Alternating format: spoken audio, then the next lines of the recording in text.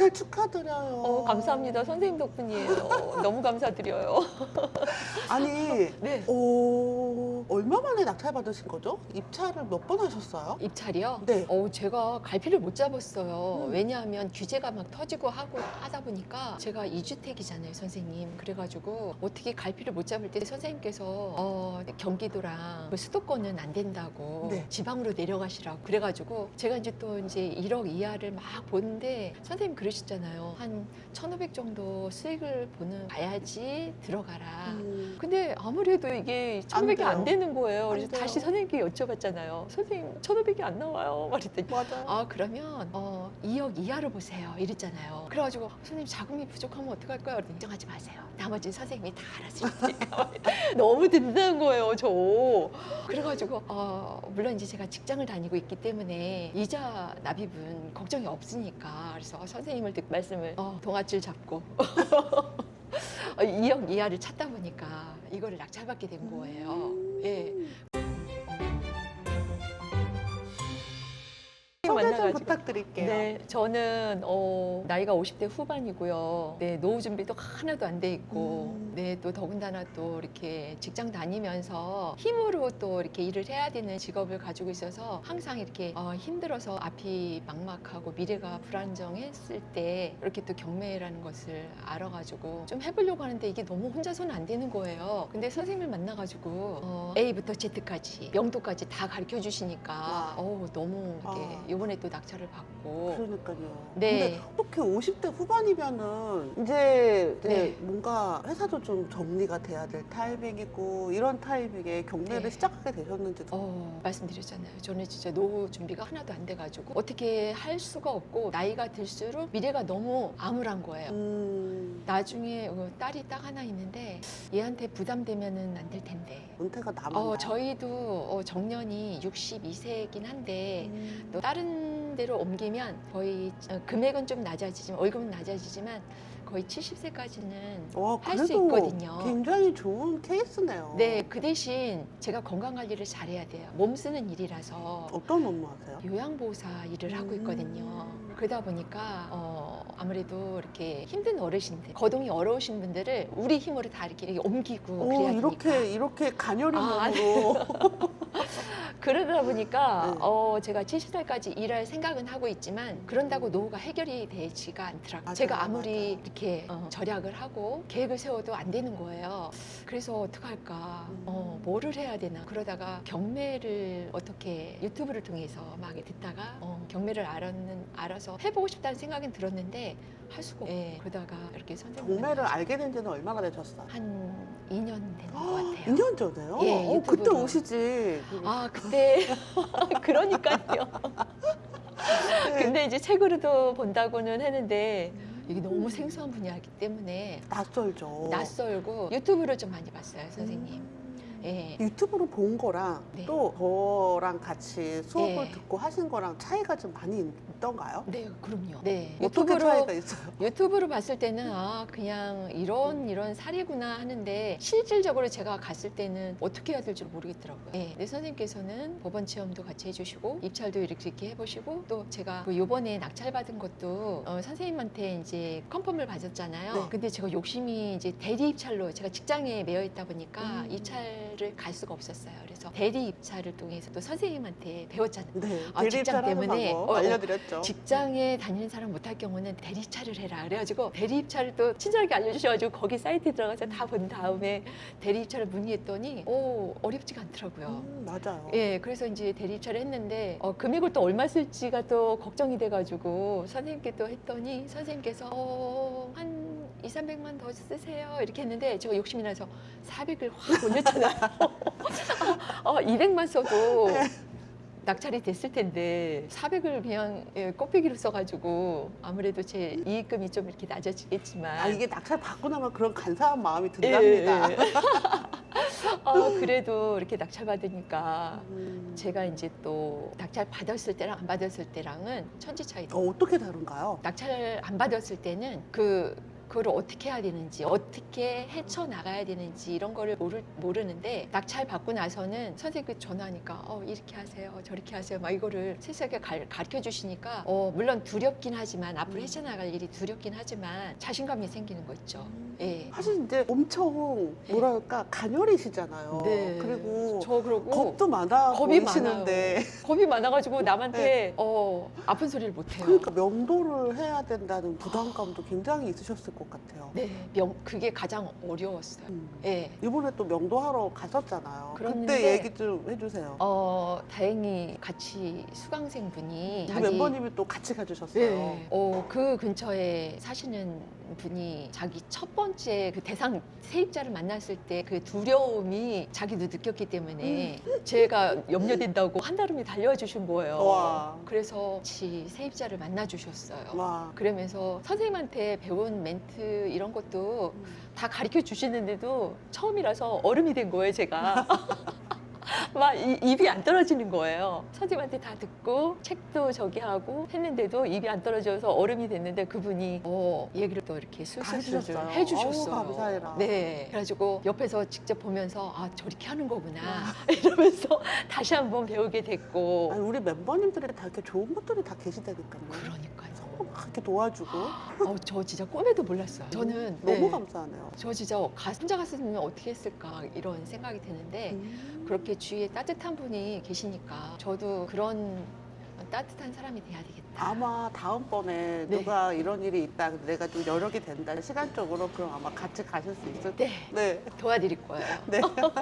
제가 그 대신 이제 실력을 좀 쌓아야 되겠죠. 네.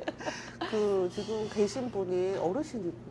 네, 80 좀 넘으신 어르신인 것 같아요. 지금 이제 진행 중이지 않나요? 네. 네. 근데 11월 27일 날 낙찰 받고 29일 날 이제 만나 뵀는데 되게 뭐 내가 남의 집에 이렇게 오래 살 이유가 없다.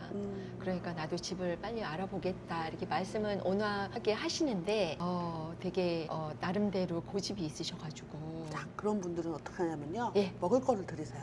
먹을 거를 한 번 더 빵 방문을 같은 할까요? 거. 네. 방문을 몇 번 더 하세요. 네네. 그리고 이분들은 자존심이 있기 때문에 네네. 존중받고 싶어요. 네. 점유자가 다 특성이 있거든요. 네. 어르신이고 본인이 되게 어려운 상황에 처했다는 걸 알지만 그런 모습을 보이고 싶지 않고 마음으로 엄청 불안하고 걱정이 되실 거예요. 그 마음을 들키고 싶어 하지 않아요. 그러면 이런 분들한테는 달달한 거 있잖아요. 네. 달달한 뭐 만주, 어른들 좋아하는 그런 거 있잖아요. 호두 과자라든가. 그렇죠, 그렇죠. 맞아. 그런 거 갖다 드리면서 어르신 제가 정말 어렵게 하고 있습니다.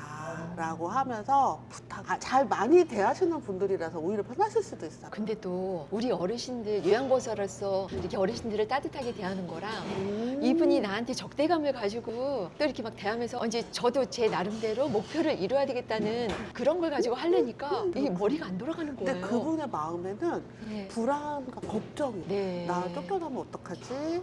내가 이런 모습인 거, 이런 마음을 들키지 말아야지 이런 게 있기 때문에 그죠. 그래서 그걸 충분히 인정을 해주세요. 그러면서 말씀을 하실 때 아유 그동안 조금 어려운 일이 있으셨는데 그래도 얼른 이제 다시 회복하셔야죠. 저희가 만약에 늦어지면 법으로 집행을 하게 되니까 그런 일이 저도 없었으면 좋겠어요 라고 하면서 자존심을 좀 세워주는 그렇게 하시는 게 좋아요. 네네. 이렇게 선생님이 항상 네. 콕콕 아주 명쾌해요. 명쾌하게 네. 알려주시니까 너무 힘이 되고 좋아요. 그 점유자가 어떤 상황이냐에 따라 대처 방법이 달라지거든요. 근데 네. 이분은 자존심이 있어서 막 뭉개고 싶은 생각은 없어요. 여력이 안 돼서 그러고 있을 거예요. 네네. 그렇게 한번 달달한 거 드리면서 말씀하시면 마음을 어떻게든 이제 방법을 찾아서 이사를 나가시지 않을까. 네. 그래도 제가 저기 하면서 그러다고 손 놓고 있을 수는 없고 법적인 거는 진행을 그거는 하면서 말씀은 내용은 확실하게 해줘야 돼요. 잔금 납부가 이때 됩니다. 그거보다 조금 땡겨서 얘기할 수. 1월 26일 날 잔금 납부하기로 했습니다. 예정입니다. 이렇게 말씀드렸거든요. 1월 그 26일. 땡겨서 얘기해도 되거든요. 예, 날짜를. 이날 잔금 납부 할 겁니다. 그리고 그 이후에는 이러이러한 일이 벌어지고 명도 멘트 있잖아요. 네네. 그거 다 선생님. 말씀을 드리고 저도 그런 일이 일어나지를 않기를 바랍니다. 라고 하면서 속히 이사 준비해 주셨으면 해주셨으면 좋겠습니다라고 말은 명확해요. 근데 표현은 부드러운 거예요. 좀 적어가지고 명확하게 한 다음에 멘트 달달좀- 다 써있어 책에. 그리고 우리 수업에 내가 그대로 하거든요. 예, 예, 예, 그냥 예. 그대로 따라 하시면 돼요. 네네. 멘트는 정확하지만 웃으면서 음. 부드럽고 친절하게 네. 말씀을 하시면 돼요. 제가 요번에 23일, 24일이 휴무거든요. 그럼 바로 내려가가지고 네. 그렇게 해드리는 게 말씀을 낫겠네요. 하세요. 19일 19일 날 엊그저께 금요일 날 전화드렸더니 안 받으시더라고요.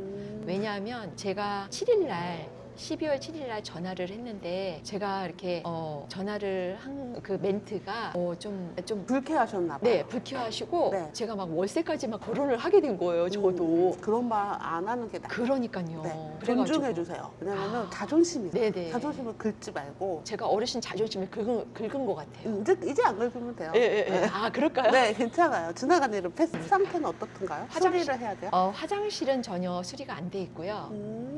그러니까 샤시만 돼 있어요, 선생님. 바깥 샤시. 네. 그래서 저는 바깥 샤시만 보고 들어간 거거든요. 수리를 좀 해야 되겠네요. 그랬더니 수리할 생각은 전혀 못했었고 그 음. 예상을 못했어요. 그래서 제가 봐서는 수리는 안 해도 될 것 같고 도배장판 깔끔하게 하고 입주 청소 좀 하고 그리고 신발장 거기는 선생님 저기 보니까 페인트를 또 하얗게 칠해도 괜찮다고 맞아요, 그러셔서 맞아요. 그거 이제 또 우드 무늬로 돼 있어서 하얀색으로 좀 이렇게 칠하면 이쁘지 않을까. 우드를 하얀색으로 칠하는 건 참 힘들거든요. 아 그래요? 그래서 일단 네. 나중에 사진을 한번 보내주시고 네, 그래서 저는 시세 조사할 때 부동산에다가 물어봤거든요.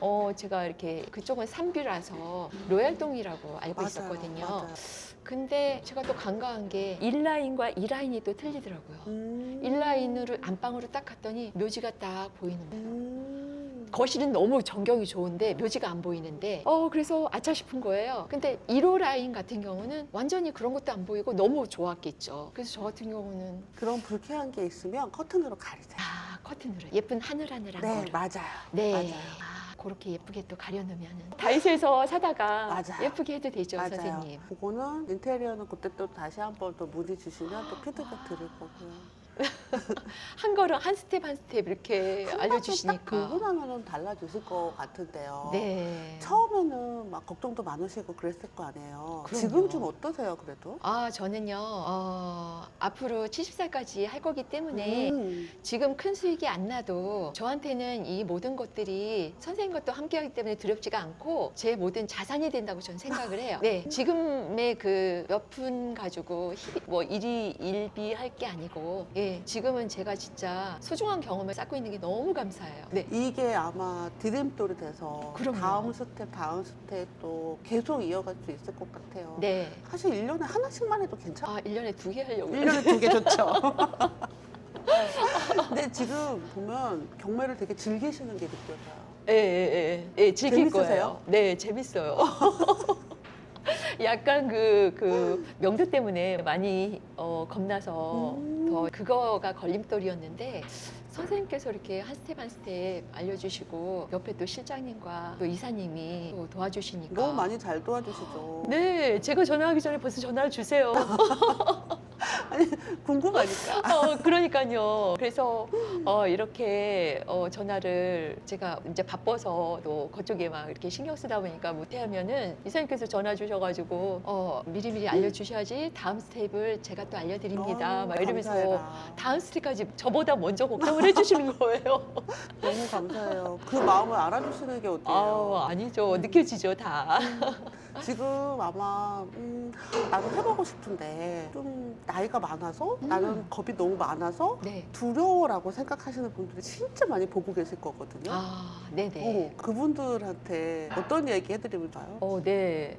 혼자 하면은 아무것도 할 수 없지만 옆에 이렇게 능력 있는 선생님이 계신데 주저할 필요가 없을 것 같아요. 네. 혼자서는 진짜 세월만 가는 것 같아요. 시간이 진짜 네, 그냥 세월이 막 너무 가죠. 빨라. 이게 뭐 나이 먹으면은 그 나이대로 키로수가 달라진다더니, 맞아. 네, 제가 막 50, 거의 60km 가까이 앞을 가까이 달리고 있으니까, 네, 너무 세월이 빨라서 그렇다고 아무 일도 안 하면 아무 일도 안 일어나잖아요. 맞아요. 네, 내 노후를 위해서 용기를 내야 되고, 네, 그래야 될 것 다음 같아요. 스텝을 준비하는 네, 그런 발판이 되겠네요. 그럼요. 저는 70살까지 꾸준히 즐기면서 할 겁니다. 전 100살까지. 그래요, 선생님? 아니, 나 지금 걸어 다닐 수 있으면. 저도요. 눈 보이고 걸어 다닐 수 있으면. 계속 같이 해요. 그럼 같이 해야죠, 네, 선생님. 저 그런지 몰랐어요. 70 이후도 시간이 엄청 많잖아요. 그렇죠. 네. 맞아요. 우리 일은 은퇴가 선생님이 없으니까. 그 정도면 저도 그렇게 다시 네, 계획을. 같이 해요. 네. 앞으로 한 50년은 안 되고 힘들게 40년은 거뜬히 하겠네요. 네. 주위에서 제가 지인한테 또 권유해봤거든요. 요번에 또 잔금 치르면서 조금 부족해서 제가 대출 그 대부를 선생님 가르쳐 주셨잖아요. 네. 대부를 활용하라고.